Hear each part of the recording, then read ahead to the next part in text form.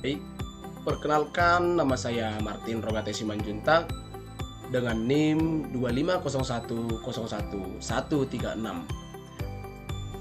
Adanya video ini saya buat untuk memenuhi mata kuliah dari teori belajar dan pembelajaran yang diampuh oleh Ibu dosen Dr. Damayanti Nababan, MPDK. Saya dari Prodi PAK ataupun Pendidikan Agama Kristen semester 1 grup D. Di sini pada video saya ini saya akan membahas satu judul yang berkaitan dengan teori belajar dan pembelajaran. Nah, untuk judul dari presentasi saya ini, dari pembahasan saya ini, yaitu mengungkap cara belajar mahasiswa dari teori ke praktik dalam pembelajaran modern. Sebelum masuk ke pembahasannya, saya mengambil satu kutipan. Dari orang pintar pernah berkata, belajar bukan sekedar menerima informasi, tetapi perjalanan batin untuk memahami dunia dan memahami diri. Jadi, pembelajaran modern bukan sekedar memindahkan informasi dari dosen ke mahasiswa, teman-teman, tetapi memahami bagaimana manusia sebenarnya belajar. Nah, disinilah teori belajar menjadi alat kritis, bukan untuk dihafalkan, teman-teman, tetapi untuk menganalisis dan menentukan strategi pembelajaran yang paling efektif. Banyak pengajar mengetahui teori, tetapi sedikit yang mampu menghubungkan teori ke praktik yang terjadi pada pembelajaran modern ataupun di pembelajaran mahasiswa di era modern sekarang. Akibatnya, metode pengajaran sering hanya mengikuti tren, bukan kebutuhan belajar mahasiswa. BHP Roisme menjelas sebelumnya saya mengambil sebuah 3 teori dalam pembahasan saya ini agar kita lebih mudah memahami dan menerima pembahasan saya ini atau presentasi saya ini, teman-teman. Jadi 3 teori tadi, yang pertama adalah behaviorisme, yang kedua adalah kognitivisme, yang ketiga konstruktivisme. Jadi kita langsung masuk saja kepada teori yang pertama, yaitu behaviorisme. Behaviorisme ini menjelaskan bahwa manusia belajar melalui penguatan. Teori ini memang efektif untuk membangun kebiasaan akademik seperti kedisiplinan, respons cepat, dan latihan keterampilan dasar. Namun, ada namunnya. Jika dosen hanya mengandalkan penguatan tanpa memberi ruang berpikir mahasiswa, hasilnya adalah mahasiswa patuh, tapi bukan berpikir kritis.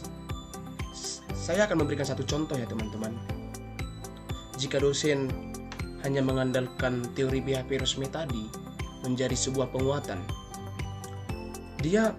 seorang mahasiswa itu akan hanya menjadi patuh dalam hal mengerjakan tugas, tetapi dia tidak paham apa itu tadi yang dia kerjakan. Dia tidak dapat memahaminya. Itu dia tadi, mahasiswa tidak berpikir kritis. Oke, kita lanjut kepada teori yang kedua.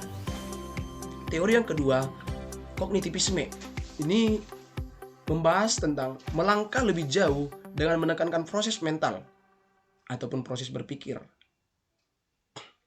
Bagaimana otak memproses informasi, menyimpan dalam memori, dan menghubungkan pengetahuan baru dengan pengalaman sebelumnya. Disinilah pembelajaran harus dirancang dengan struktur yang jelas, contoh konkret, dan pemetaan konsep. Tanpa itu, mahasiswa hanya menerima materi, bukan memahaminya. Jadi, behaviorisme dan kognitivisme ini, teman-teman, dia sejalan untuk dampaknya gitu, dampak negatifnya. Dia mahasiswa itu tidak akan bisa memahami ataupun berpikir kritis dalam hal sebuah mata kuliah tadi. Jadi untuk teori yang ketiga itu adalah teori konstruktivisme. Teori ini menegaskan bahwa belajar adalah proses aktif, membangun makna melalui pengalaman dan interaksi. Model ini sangat kuat untuk mendorong pemecahan masalah, kreativitas, dan refleksi. Namun, jika digunakan tanpa panduan atau tujuan, pembelajaran aktif berubah menjadi aktivitas kosong. Semisal kelas tadi itu yang aktif, tetapi tidak ada teori konstruktivismenya, tidak diterapkan pada kelas itu. Ya, walaupun kelas itu ramai atau aktif, tapi ibaratnya itu seperti aktivitas kosong, teman-teman. Karena mahasiswa tidak bisa tidak mendapatkan pemahaman dari penjelasan Bapak Ibu dosen. Aktivitas itu jadi kosong. Nah, masalah utama pendidikan ini dalam pembelajaran modern, era modern ini bukan terletak pada kurangnya metode belajar atau pembelajarannya, tapi pada penerapan teori secara parsial. Kurangnya penerapan teori-teori untuk proses belajar, sepertinya tadi 3 teori tadi. Karena banyak kelas melakukan diskusi tanpa kerangka berpikir, teman-teman. Tugas kelompok tanpa membagi peran atau penilaian, tanpa umpan balik yang jelas juga. Pembelajaran modern menuntut dosen dan mahasiswa untuk berpikir kritis. Strategi ini berasal dari teori mana? Mengapa digunakan juga? Apa kelemahannya? Apakah sesuai dengan tujuan pembelajaran? Ya, sesuai.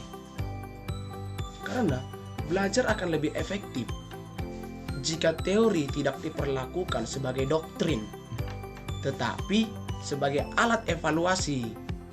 Gunakan behaviorisme, teori behaviorisme tadi, untuk membangun kebiasaan.